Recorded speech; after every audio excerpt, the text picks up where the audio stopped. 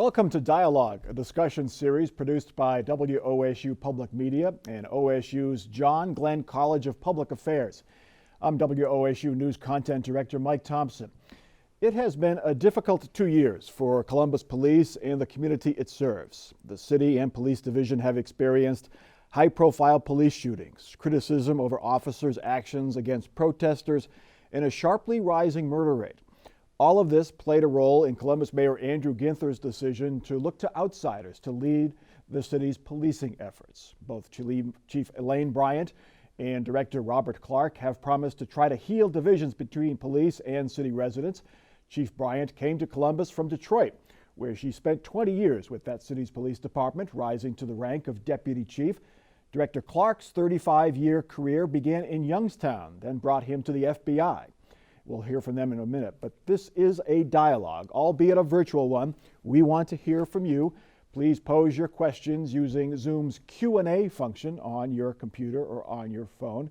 WOSU's Diana Bergman is here to field your brief questions and comments throughout the next hour. Chief Bryant, we'll start with you. First of all, welcome to Columbus and welcome to Dialogue. You've been here now a few months. What's something that has surprised you, pleasantly surprised you in your short time here so far? Well, first, thank you for having me. And I've been here 4 months to be exact. And something that has pleasantly surprised me, the community's welcoming. They wrap their arms around me and Assistant Chief Potts, and they've been so willing to work with us in moving this vision forward for this police department. So that's been extremely surprising, but we're very fortunate and very happy to have this community. Has anything unexpectedly disappointed you? Have you spotted anything that you say, well, geez, I wasn't expecting that, but we need to address that? Nothing that I wasn't necessarily expecting. There are some things that we definitely need to work on, but I'm very confident that we can get it done. Director Clark, you are a PhD candidate in organizational leadership. You helped run the FBI's Los Angeles Bureau, the field office there. What are your impressions of how the Division of Police is run? Do they have the right people in the right places? Well, I'd like to first start off by saying we have some exceptional women and men who work for the Division of Police in Columbus, and I'm very proud of their efforts.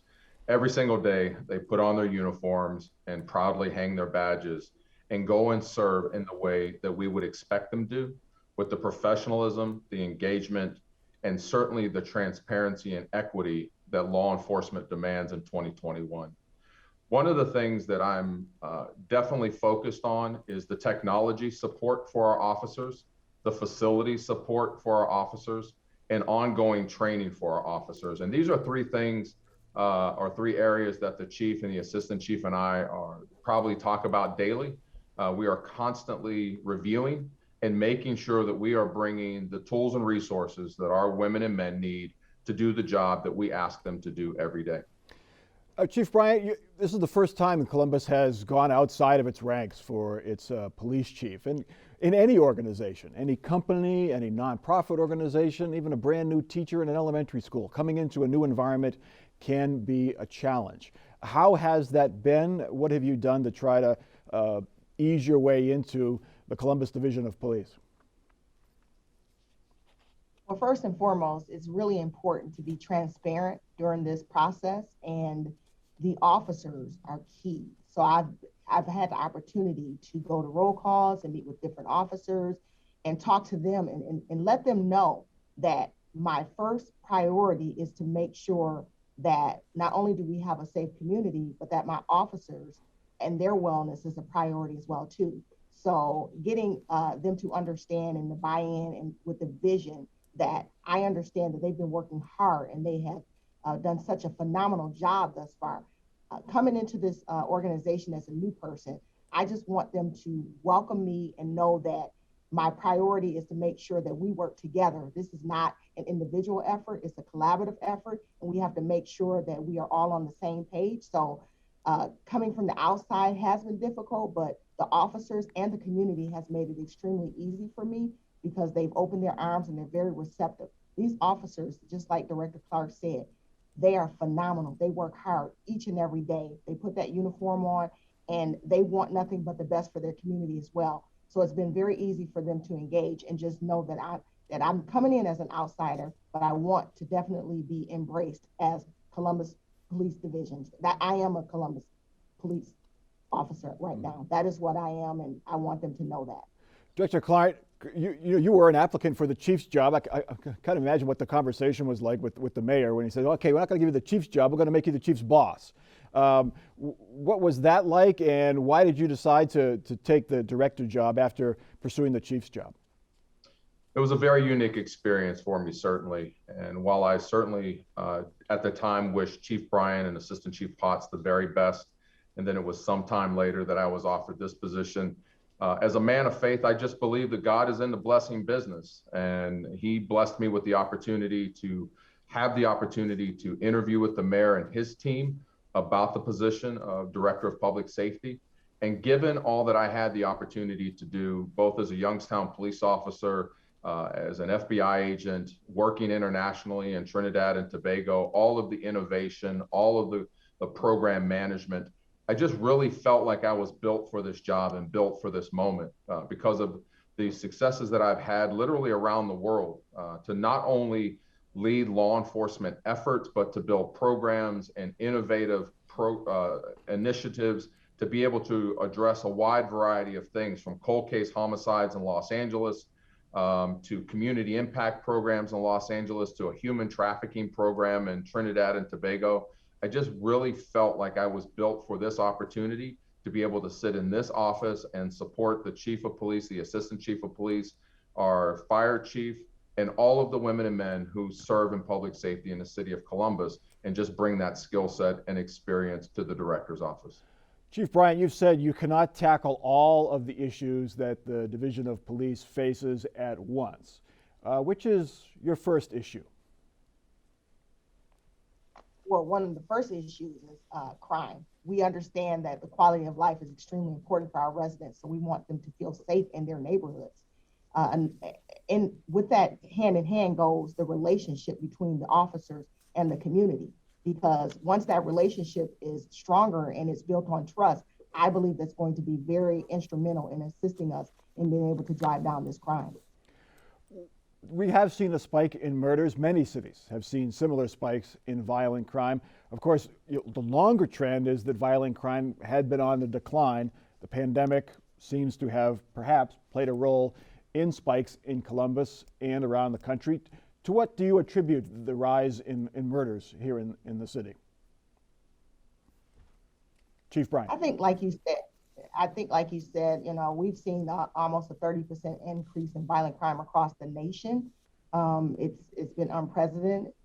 I think that a big part of that is the civil unrest, and COVID has, you know, presented some unique challenges, and it's up to us to try to get back to normalcy and get back to having the students be able to go to school, to be able to participate in after school activities, to be able to get back to some normalcy within the community. So I think that we are in a unique position that we can address some of these issues and be able to, I think we're going to see a decrease in crime, not only with the initiatives that we put forth within the community in our enforcement efforts, but with getting past COVID and being able to get back to that place where children can go to school, go to events, and not feel cooped up in, you know, those type of things. I think that it's going to help significantly. Director Clark, I don't think there's any hard evidence, but a lot of police officers, some police union officials have said that, you know, police officers feel that because of the backlash after the George Floyd murder and the protests there, they feel like they're reluctant to do their jobs as aggressively as they have in the past, and some actually accuse officers of not policing because for fear of being mislabeled. Director Clark, is that playing a role in the increase in murder rate here in Columbus? I think there's a variety of things that play a role, to be honest with you. You know, as Chief Bryan shared, the pandemic, social unrest, and a myriad of other factors, because we have to understand that crime, violent crime, and even homicides are manifestations of other social ills and social constructs that are not working well or not working at all. Certainly through the pandemic, children were not able to go to school. They didn't have normal outlets such as sports. They were not able to gather with their friends and have those natural outlets to be able to process their feelings and emotions. They were kind of penned up at home. All of our social service agencies were not able to deliver the mental health services that they normally would access. Our hospitals were overwhelmed with COVID patients, so they were not able to treat individuals. So those sociological manifestations are certainly a layer in that, right? But we also understand that we are in a very different era of delivering policing services. As I and many others say, that we are now in a space and a place where we have to figure out new ways to do old things. Certainly we must police and protect our communities, but it's really more about collaboration rather than occupation. And I come from a law enforcement era right at the height or the beginning of the height of the crack epidemic and explosion of gangs across the country.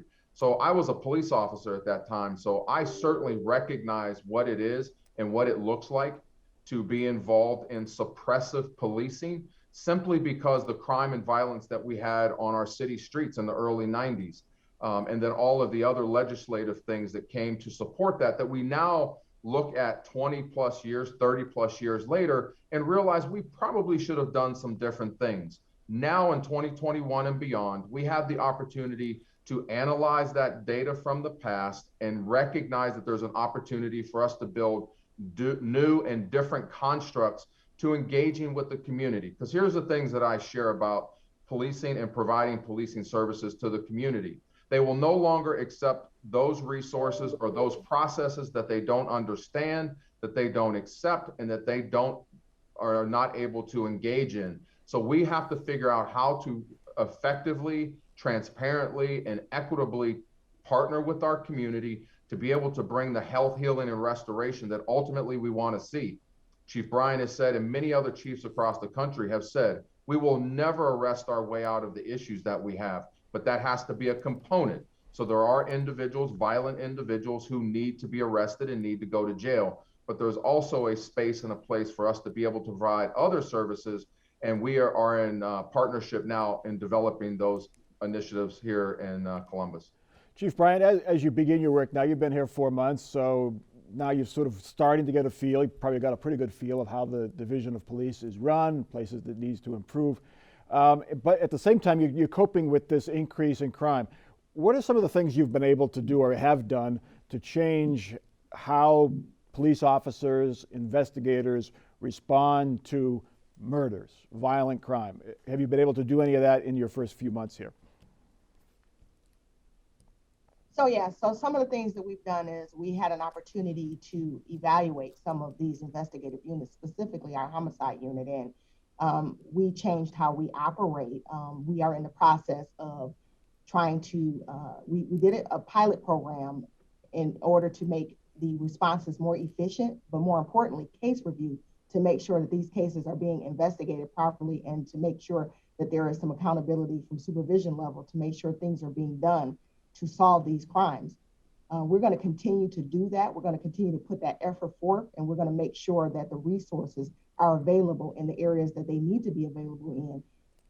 Homicides, non-fatal shootings. A lot of times people forget about the non-fatal shootings, but they're equally important, because a non-fatal shooting is just a homicide that didn't occur, but someone was attempting to actually take someone's life. So we want to make sure that we put the same effort into looking at those crimes and ensuring that we're solving those as well.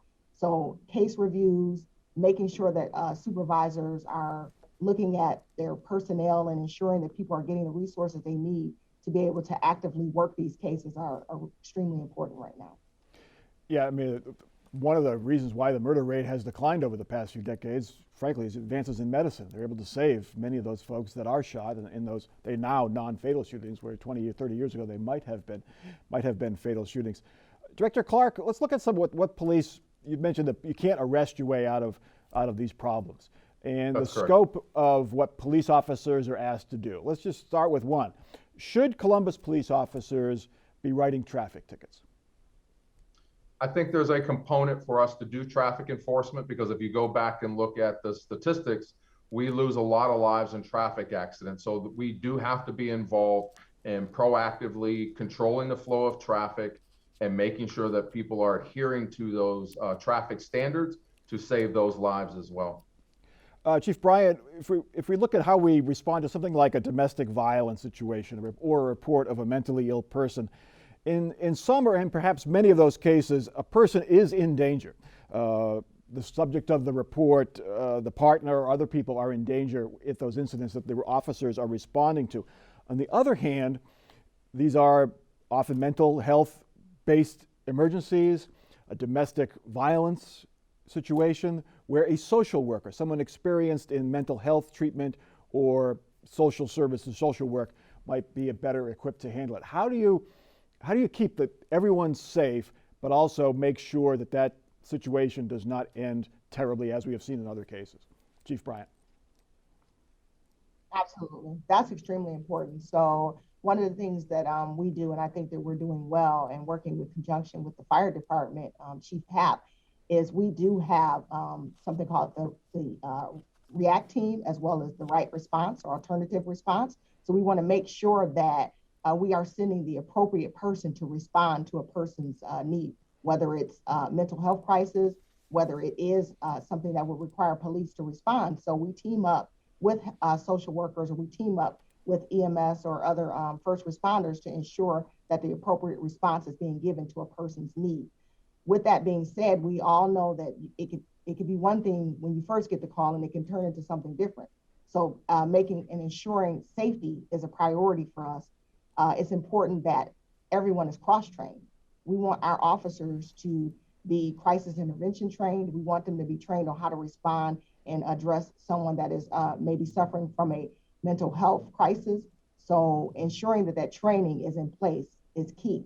We have, I'd say, approximately about 50% of our department trained. We're in the process of ensuring that everyone gets that training to make sure that they know how to respond, and also be able to reach out to someone else and provide the resources necessary if they don't have it at that time. Give us an idea of how that training works, because I mean, for years, police officers come to the situation. It's a very tense situation. There may be a weapon involved, maybe a firearm or a knife involved, and you want to protect the person who is perhaps being threatened by that weapon, and also protect the officer, him or herself.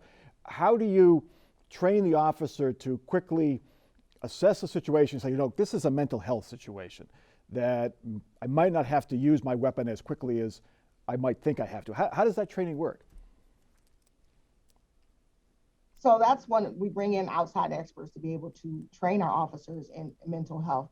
But the officers in their experience, you'd be surprised. The majority of officers, they're very intuitive, and they understand a lot of the situations that they're being placed in. So part of that training from the outside, people that come in and give it to us, is they go through mock scenarios. They talk about the different things that could occur or could not occur. And in addition to that, a big part of that is how they look. So, you know, having a softer look, you know, not necessarily wearing a uniform that may be considered something that could be a trigger is important too. So when we have these officers respond, a lot of times we may dress them down and have them look more non-sworn, to be less confrontational in these type of situations. But having the outside personnel and come in and do scenarios, train, and it's not just one training, it's continuous training. They train consistently to make sure that they're up to date on the newest policies, newest procedures. And so that's one of the things that we want to make sure that we continue going forward. It's just continuous training. We have said this is a dialogue, and we welcome your questions and comments. Please use the Q&A function on your Zoom tool, and we will go to Diana Bergman, who has a question from our audience. Yeah, a lot of questions about crime and violence on Ohio State campus. So I'm going to just pick one of them. Did OSU executives tell Columbus PD to stay away from the university district? And what can be done to increase response time for an active break-in to a home or apartment or a violent crime? Chief Bryant, I'll let you take that one. So I will tell you, no, we were never told to stay away from the university or the outskirts. We work hand in hand with the police department for Ohio State, as well as President Johnson. They've been extremely welcoming to us to come in. We've had several meetings. We've actually created several initiatives. And over the course of, I believe we started in August all the way up until November 1st, we saw an 84% reduction and violent crimes in the areas surrounding Ohio State. So I think that a lot of the initiatives and things that we put in place have been extremely effective. But we all know one crime is one too many. We know that. So even though we saw 84% reduction, it's still crime and it's still something that we're learning to address. And we're working with them to try to figure out ways that we can even improve that. So no, they never told us not to come into their footprint. They've been very welcoming. We've been working with them as well as the students. We continue to engage the students. We want to have an open dialogue and have greater relationships with them as well. So we encourage them to not only speak to us when there's an issue or call for service, but to have proactive discussions so that they get to know the officers in that area and develop those relationships. Director Clark, is that something that police departments, not Columbus, but around the country have fallen short of, not just dealing with, you know, the town gown issues with college campuses? I'm sure you dealt with it in LA, and police officers in LA dealt with it with the many colleges there and elsewhere in your career. Police officers, police divisions reaching out to large organizations, whether they be universities or whether it be a neighborhood association or a social organization in the city, a large company that has a large campus. How can police officers work better with those organizations? Well, I'll take you back 20 years. When I was on the Attorney General's protection detail, 9/11 was my second day. So I got to watch not only the FBI, but law enforcement agencies and intelligence agencies around the globe change their business model, change their business practice to become much more collaborative, much more interactive with one another, because we all learned the lesson around the globe that none of us could do the job alone. And I actually got to be on the front lines and watch that change happen, where we were having more integrative, collaborative meetings, much more information sharing. And since I've arrived in Columbus, it's been nothing but embracing. I think I've been on several calls, several meetings with President Johnson and the staff at Ohio State University, as well as other law enforcement agencies, because we recognize that none of us have all the resources and personnel that we would like to have to do the jobs that we're responsible for. And the threats that we face are so dynamic now, with the immediacy of information, with the internet and all the technologies that are available to those who would pose those threats, that we have to be collaborative with one another. We have to communicate. And really that's our advantage, because not all bad guys are communicating with each other. So we in law enforcement and intelligence services, we have to share information with each other. We have to support one another. We have to collaborate where we can, so that we can have the most impact, not just on the threats, but also on the crime that is happening that we have to respond to. As the father of two college students, as the chief said, one crime is too many. And we're, as parents, we are always concerned about children on campuses. So we want to do everything that we can as proactively as we can. And a part of that is really threefold, to be honest with you, because we know that we can deploy resources that are have the ability to intervene. We also can develop initiatives and processes and geographical dynamics that can be preventative with lights and cameras, and then also with deterrence, with third-party security services, student patrols, private radio patrols. So there's a lot of innovative ways that we can be interactive and collaborative to really address the crime and to reduce the perception of fear, not just on the campus of colleges across the country, but in neighborhoods as well. Chief Bryant, I'm sure perhaps you've gotten calls. I'm sure you've gotten calls from folks on the east side of Columbus, from the Hilltop, from the south side of Columbus, who deal with these types of crimes all the time, perhaps even more than students at Ohio State deal with them. And they're saying, where are my bright lights for my streets? Where are my added patrols? How do you meet those needs in those neighborhoods? So we actually are in the process of looking at a reorganization for our department, and to make sure that we are using our resources that is in the best effort for the community and the division as well. But I will tell you, we have gone to so many community meetings where they've said just that. You know, they've given us their issues, their concerns, and we address them to the best of our ability. We are in the process of doing Operation Unities. We've done our second one. We did our second one on November 2nd. We did our first one in September, and they were successful. The first one was in the Far East area, and the second one was on the hilltop. So we are listening to them, and we hear their concerns, and we know that there are issues, and we are trying to target and make sure that we only not address the violent crime, but their quality of life issues as well. We know that it's extremely important for people to feel safe in their neighborhoods, to be able to feel like they can sit on their porch without being harassed. The kids should be able to ride their bikes down the street without being worried about being ran over by people driving recklessly or being shot. So these are concerns that the neighborhoods are giving us, and we are addressing them, but we're also in the process of looking at reorganization because we understand that every community has different needs. And we want to make sure that we address those needs specifically for those communities. Chief Briley, the Operation Unity, correct me if I'm wrong, this is like a 24-hour intensive policing effort where dozens of police officers who volunteer for this duty go into that community and they look for speeding cars, correct? Explain a little bit more what Operation Unity is. So Operation Unity is twofold. It is an enforcement piece where we are definitely looking to address some of the more violent crimes that are occurring in that neighborhood. We want to get guns off the street. We want to get felons that have warrants for violent crimes off the street.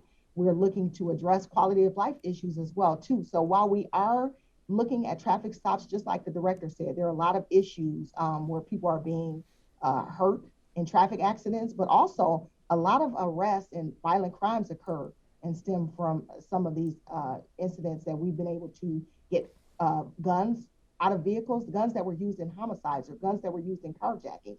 So it's important that we're able to use every tool that we have in our toolbox, but it's also important to understand that it's not about affecting the people in that community that need help.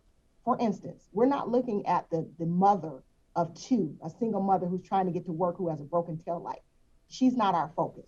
We want to assist her, let her know, hey, you have a broken tail light, and we're even in the process of working through some things that maybe be able to get them some help to address those issues because we know everyone doesn't have the money or the resources to be able to do that. So we're not looking to hurt or harm the community. We're trying to address their quality of life. And so we also do a wraparound service. So in addition to addressing the felons, in addition to getting the guns off the street, we go back in that community and we address the concerns that they may have specific to that community, whether it's domestic violence counseling, whether it's job training, whether it's substance abuse counseling. We want to get them the help that they need to be able to try to heal that community as a whole.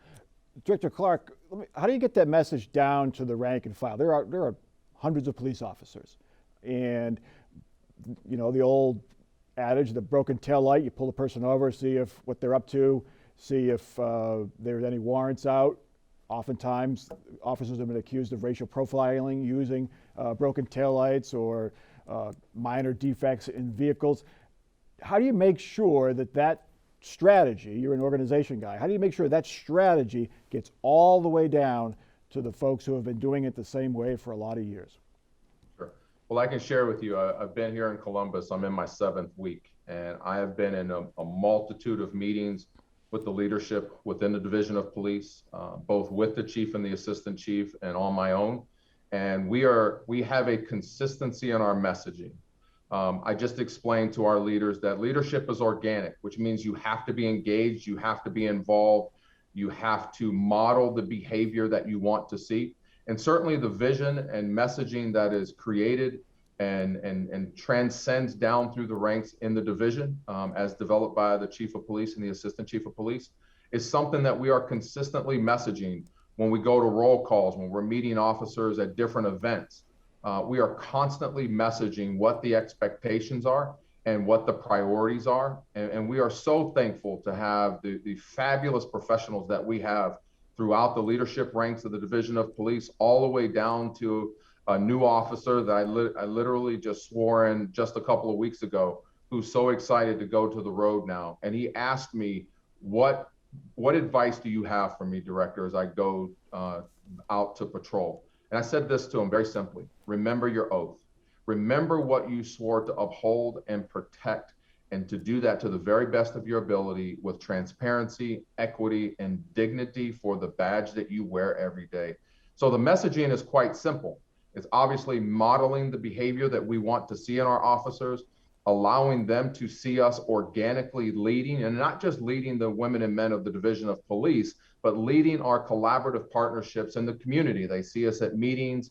I've been here for 7 weeks, and I think I've been to over probably 40 or 50 different meetings, because that's where we're going to make a difference.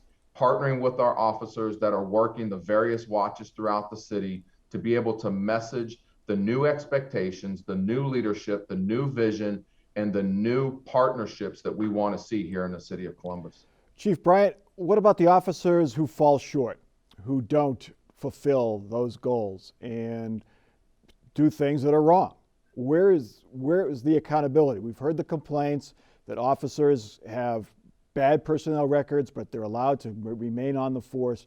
How do you expect to hold officers accountable when they do fall short? So one of the first things that I did when I met with my officers coming in is letting them know, I'm going to support you. When you're doing the right things for the right reasons, I will have your back. But also, if you're doing wrong things, I'm going to hold you accountable. And it's been no secret. I've said it across the division. I've said it in the community. And it is about leadership and it's about accountability. So if an officer is doing something wrong, they will be held accountable. And they know that they will be held accountable. I am not sugarcoating it. I'm going to be extremely transparent with the community when it comes to that, because that's where you build that trust. And that's when they know. I don't want anyone to think that I'm going to sweep, this department is going to sweep anything under the rug, because we're not. But with that being said, we're going to also make sure that the officers have the correct training, they have the right tools, they have the right resources that they need to be able to do their job. And then we're going to make sure that we hold their supervisors, their managers accountable and ensuring that they're doing the things that they're supposed to do to make sure that the officers are staying on track. But accountability is extremely important. And I think that it's by leading by example. So it starts from the top down. We inspect what we expect. So we have to make sure that our officers are doing the things and serving the people the way that we're doing it as well. So they're watching us. I'm not going to ask the officer to do anything that I'm not willing to be able to do myself. Chief Bryant, are you able to sufficiently hold officers accountable given union contracts? We just had a situation within the past couple of weeks where an arbitrator said that the city should not have hired an independent investigator to look into how police handled protesters.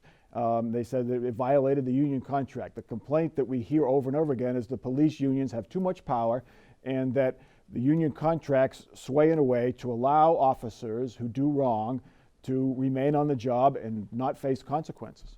How do you react to that? Well, I will tell you this, I'm coming in, one of the first things that I did was meet with the unions. I want to make sure that my relationship with the union is amicable and strong as well, because I do understand that we have to work together. With that being said, again, you have to hold the expectation and let them know this is what I expect going forward. I can't speak about what happened to the past, but what I will tell you is this. Regardless of who's doing that investigation, whether it's internal, whether it's external, that investigation is going to be done properly, and I'm going to make sure that if the results are they come out that the officer did something wrong, that they will be held accountable to that standard that they need to be. I can't control arbitrators' decisions, but what I can control is ensuring that we're staying on top of our officers, that we're doing those investigations properly, and that we're doing the things that we need to do on our end. And what I will continue to work with the FOP, because they are reasonable. There are some things that we're not going to always agree on, but we can be respectful and talk about it. There are some things that they're working with me, and they understand that things need to be changed as well. So it's not all negative. There are some positive aspects to this. We've gotten many questions from our audience, our virtual audience. They're out there. Diana Bergman, what do you have? Yeah, lots of questions still on the OSU thing, but a lot of focusing on, training and resources are commendable. But what are your departments doing to support the root causes of violence in the communities like poverty, education, and employment? Director Clark, we'll go with you on that one. Okay. That's a great question, because that goes back to what I was talking about earlier, that a lot of the violence and crime that we see in our community is manifestations of those social ills. So across the city government in Columbus and across our social service agencies and across our faith-based community, we are seeking partnerships. The chief and I and Assistant Chief have had a series of roundtable conversations with organizations, essentially inviting them onto our new neighborhood safety strategy and to provide those types of resources, whether it's tutoring, whether it's engaging with our youth, mentoring, sports activities, mental health, a wide variety of resources, because we recognize, both coming from Detroit and Los Angeles and other places, that those are the ways that we really begin to address the root causes of a lot of the problems that are in our community. Unfortunately, they are historic, they are multi-generational, but at some point, the leaders, and we are the leaders right now, we have to go back and we have to address those things that we know cause those manifestations into the crimes that we see. So we're in a process of partnering with a wide variety of agencies and organizations that can bring some of those solutions. But ultimately, it's about engaging at the community level and the family level, where we are now seeking parenting enrichment classes so that parents have much more effective relationship with their children and holding their children accountable, and get back to a neighborhood style of raising our children and holding our children accountable. It seems like an insurmountable task, but that's really the philosophy that is necessary right now for us to get back to watching each other's kids, helping to raise each other's kids, and really get back to the village concept within our communities, so that not only we can start holding our children accountable, but then we're also giving them resources and alternatives and de-escalation processes and mediation processes, educational opportunities where they're struggling with tutoring and mentorship. And these are the things that will help us to get to a place where we see less crime in our communities. I want to get to de-escalation, but de-escalation when it comes to how an officer responds to an incident. We've all seen the videos. Officers seem quick to shoot. They shoot multiple rounds. Chief Bryant, what needs to change as far as the training and also the mood, the attitude of officers that will, when they respond to a situation where there is a firearm or a knife involved, where they can try to diffuse it while keeping the people involved safe and keeping the officer, him or herself, safe? What needs to change there as far as de-escalation? Can anything change as far as de-escalation goes? Well, I think it's important to know that training is key, and it is important to know what you can and cannot do, but also knowing that there are going to be times and situations where an officer or an officer's life is in danger, or a citizen's life is in imminent danger. So we have to understand that while there are going to be some situations that may not look pretty, they may be necessary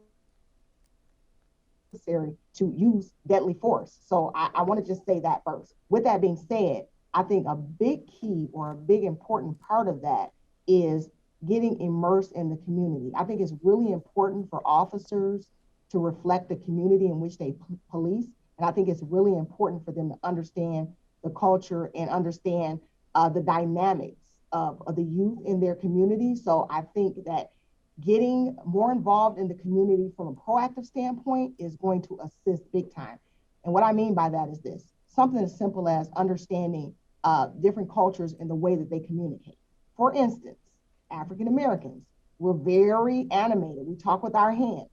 It's not an aggressive thing, but some people may take it as aggressive because we do this a lot. We're very animated. So it's very important for people to know that that's not necessarily a aggressive stance, or that's not necessarily something that is making us hyper or vigilant. It's just how we communicate and how we speak. So the more that the officers engage in their community, the more that they learn the youth names, and that's just so-and-so, he plays basketball, although that's just so-and-so, that's Mr. Johnson's daughter, or that's Mr. Johnson's son. I think it's important for those officers to get enmeshed in their community, learn the neighborhood, learn the children, be more proactive. And I think that we will see a different way in which everyone communicates, not only the police with the residents, but the residents and their willingness to be able to engage with the police officers. I think that they would have a better or a easier time talking to someone, saying, okay, what's going on? I need you to talk to me, put that down. I think that if we engage more and get more active in our communities, I think that we would see a better outcome. Director Clark, police departments are set up like military organizations. They have ranks, captains, lieutenants, sergeants. They have chiefs instead of generals, but they're set up like military organizations. They, on occasion, will wear gear that resembles a military unit. They will carry weapons that resemble what military soldiers will carry. You come from the FBI. The FBI doesn't have ranks. You've got special agents, you've got special agents in charge, you've got supervisory special agents. Do police departments have to shed this military culture that, frankly, military is a tool of war? So are police officers at war with their communities if they're set up like a military unit? No, I would share with you that law enforcement agencies, both at the local, state, and even federal level, we have ranks as well. Yes, they are titles, but they're still ranks. And I want to make sure that we have a clarification of terms and understand the words that we're using. Law enforcement agencies are not militarized or military organizations. They are paramilitary organizations, which means they are structured with a chain of command and roles and responsibilities at each level of that chain of command. I also want to make sure that we understand, too, that we exist in an era where the threats are a lot more dynamic than they were just a generation ago. As you know, I started back in the late 80s in law enforcement, and the threats were very different. The individuals that we engaged were very different. And now we have individuals globally, not just in the United States, but globally, who are capable of deploying weapons of war and capable of deploying nuclear devices or dirty nuclear devices or a lot of things that can bring a lot of harm. We learned 20 years ago that individuals were able to weaponize airplanes in our transportation system. So we recognize that we are in a different era, and we must ensure that our paramilitary law enforcement organizations, including the FBI, are equipped to handle and respond to and deal with those threats, because they can become very dynamic. And what I mean specifically is that you have criminals out there that have access to weapons of war, fully automatic weaponry, armored piercing bullets, grenades, and a wide variety of other weapons that are weapons of war. Our law enforcement personnel, who are the front lines to protecting our communities,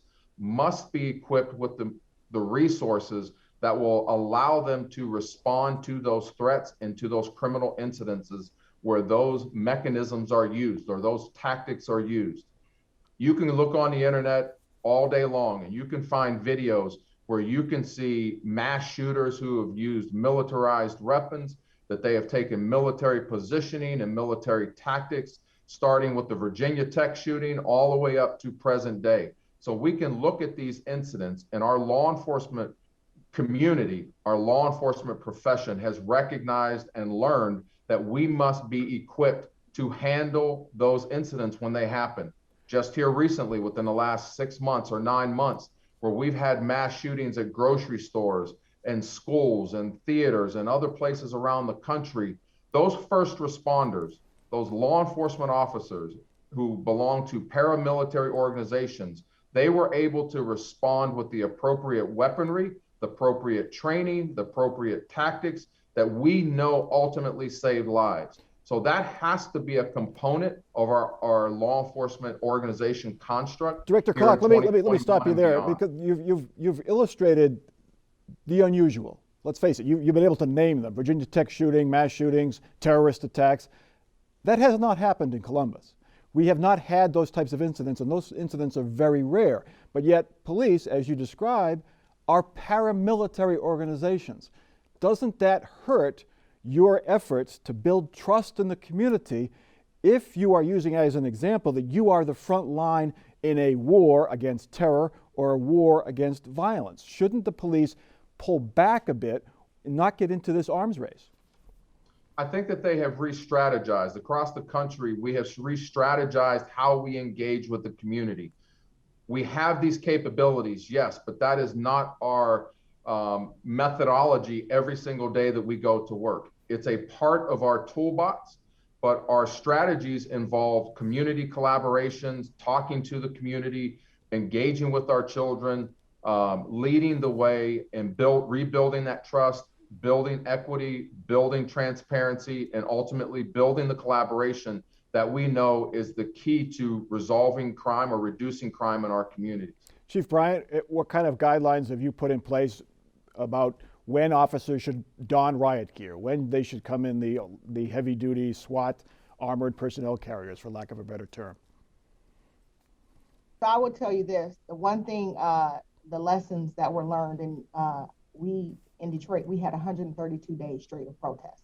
And I was the incident commander for that entire 132 days. I will say that I think it's extremely important that officers are more relatable when it comes to the community, but also there is a time and a place where when incidents occur, there has to be the ability to respond in a manner that's going to be for the safety of the entire community and the businesses, the residents, everyone involved. I think that one of the things that we do that's different, and one of the things moving forward is, even with us, we're changing our uniforms. We're going to a softer look because I want the officers to be more relatable to the community. I want them to be comfortable when they're policing. So I think that when you talk about riot gear is appropriate if there's a riot. There's a difference between protests and there's a difference between riots. So if there is a situation where people's lives are in danger, if there's a situation where there's a time, like the director said, that there's a casualty that could, an incident where it could be mass casualties, that is appropriate. But it's not always appropriate. And policing has changed, and 21st century policing has recognized that, and officers are being more relatable to the community, and they have donned a softer approach even in their wear and their uniforms. So I think that it's relevant on both sides. We have another question from our audience. Diana Bergman, what do we hear? So many questions about Ohio State. People are very concerned about just these robberies and carjackings and what's Columbus Police Department doing to help Ohio State and their pleas. So I'm just going to put that out there. I mean, I think they want more solid answers about some of those. Well, Chief Bryant, you've addressed that. I mean, many neighborhoods do face these issues. Do you have enough officers? Do we need more officers?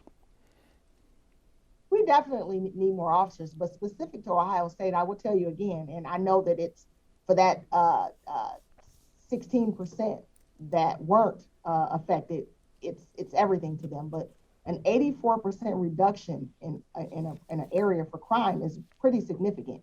We have poured a lot of resources and a lot of energy into ensuring that those communities are safe, and they have been to the tune of 84%. That's pretty significant. So when you talk about what we've done, we've increased our patrol. We've teamed up with Ohio State to create a collaborative response.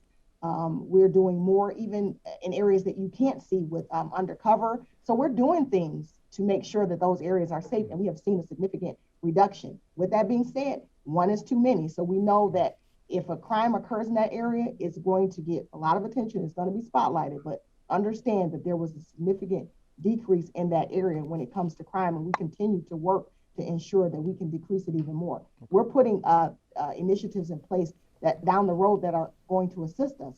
We're reviving our reserves program, which is going to be significant in being able to help us put more visibility out on the streets.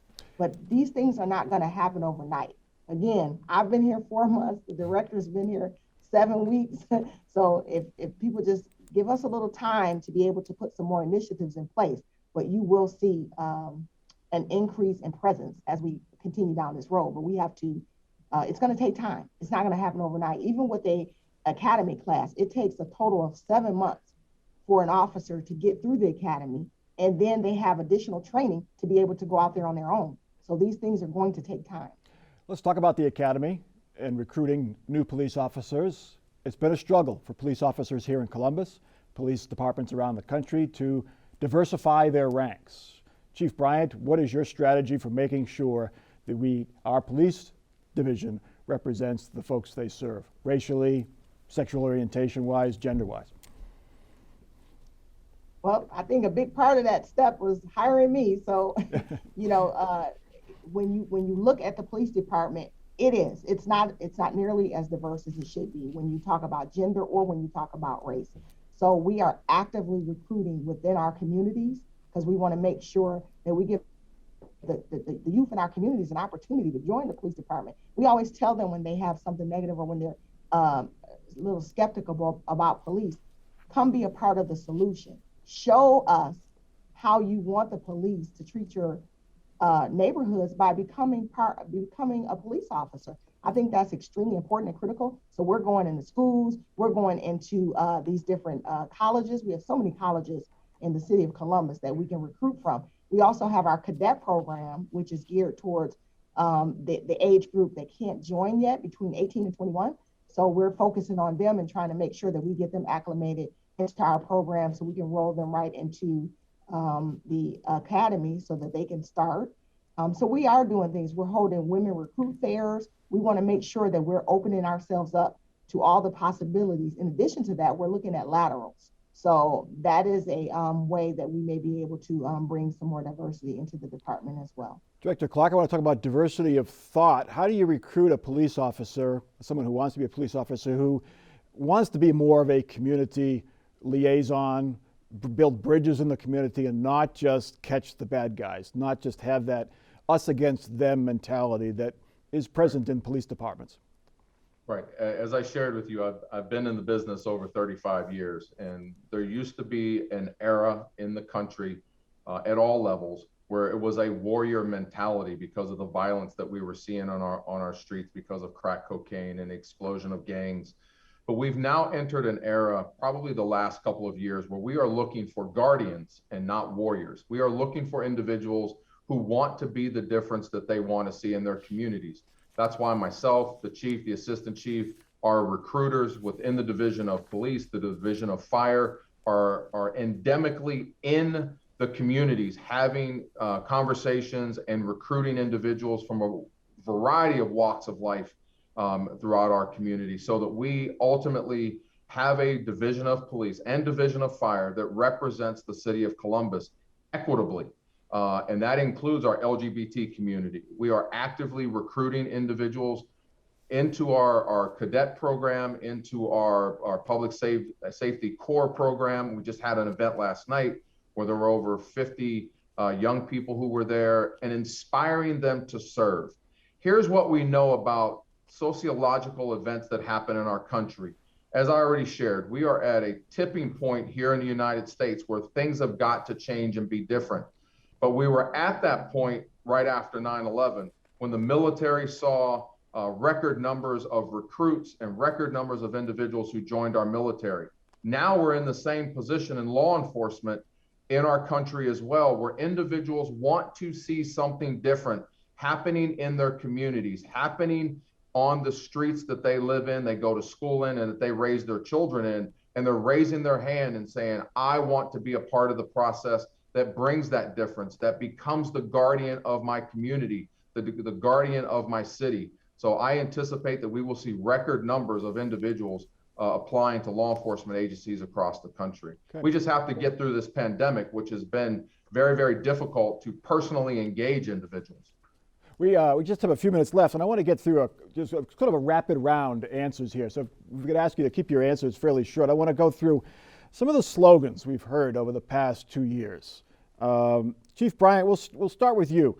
What do you think when you hear the phrase defund the police? I think that it's not about defunding the police, it's about policing differently. So we have to make sure that we are doing 21st century policing and pouring more efforts into community policing. Director Clark, what do you think when you hear defund the police? It's really not a process that we can engage in effectively. It's really about re-strategizing how we deploy our personnel, but ultimately how we recruit, how we train, how we supervise, and ultimately how we manage the officers out on the street. It's not about defunding, it's about more substantive engagement. Director Clark, how about we've heard a lot about over-policed neighborhoods. Do they exist? How do you react to that accusation?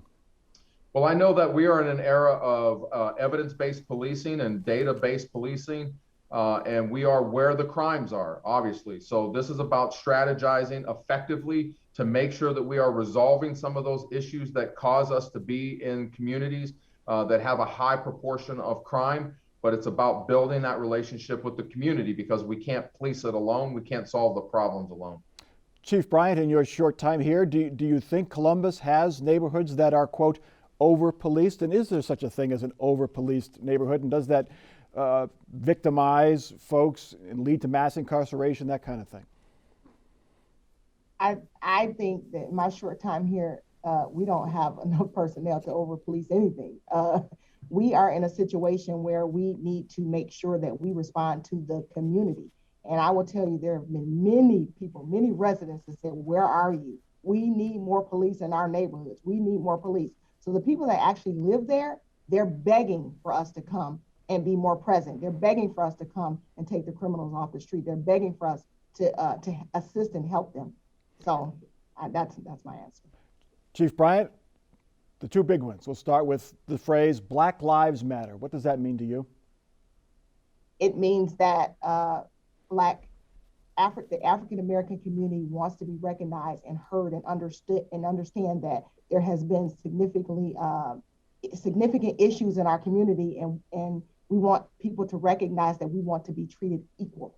That's what it means. And Director Clark, how do you take the phrase Black Lives Matter? What does it mean to you? I concur with Chief Bryant, but I would add this. We just had a conversation the other day that Black lives have got to matter to Black people. We recognize that it is Black people in our communities across the country that are dying at record numbers, and a majority of them are dying at the hands of other Black people. This is where I go back and talk about we've got to return to community-oriented, village-oriented raising and accountability for our children. So Black lives need to matter to Black people. And Director Clark, Blue Lives Matter. Well, how do you take that? I would take that in this way. We need to remember that the women and men who work for our law enforcement agencies across the country are human beings just like the rest of us. And yes, their lives matter, but they have the same issues and the same problems as those we are trying to serve. And we have to remember that they are a community of servants and guardians who are trying to do the very best job that they can with the equipment that we're giving them, the resources we're giving them. And ultimately, we are going to change the interaction between law enforcement agencies and law enforcement officers and the communities, so that eventually we get to a place where we recognize that all lives matter. And Chief Bryant, Blue Lives Matter. I would echo what the director said. I think that our officers are important, and we need to remember that they have families, that we have to humanize that badge and let people know that they're part of the community, their mothers, their wives, their uncles, their sisters, their brothers, and they have problems just like everyone else. But with that being said, we need to hold our officers to a higher standard because they took that oath, but their lives matter, and we have to make sure that their wellness is a priority for us as well. Do you fear a divisive nature behind the Blue Lives Matter movement and the Black Lives Matter movement, that it's not healing, it's divisive? Chief Bryant.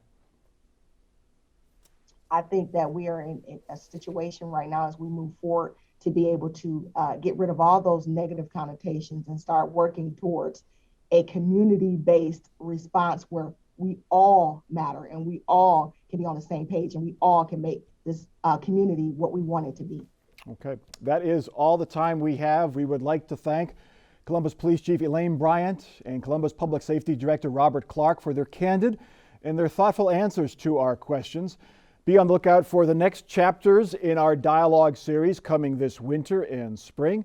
Maybe we can even have a dialogue in person, like, in the same room. As soon as this program ends, a screen will pop up asking you to take a short survey about our dialogue series. Please take a moment to share your feedback to help us improve our future events. They will be in person, we promise. And we thank you for joining us, and we wish you to have a great afternoon. Take care.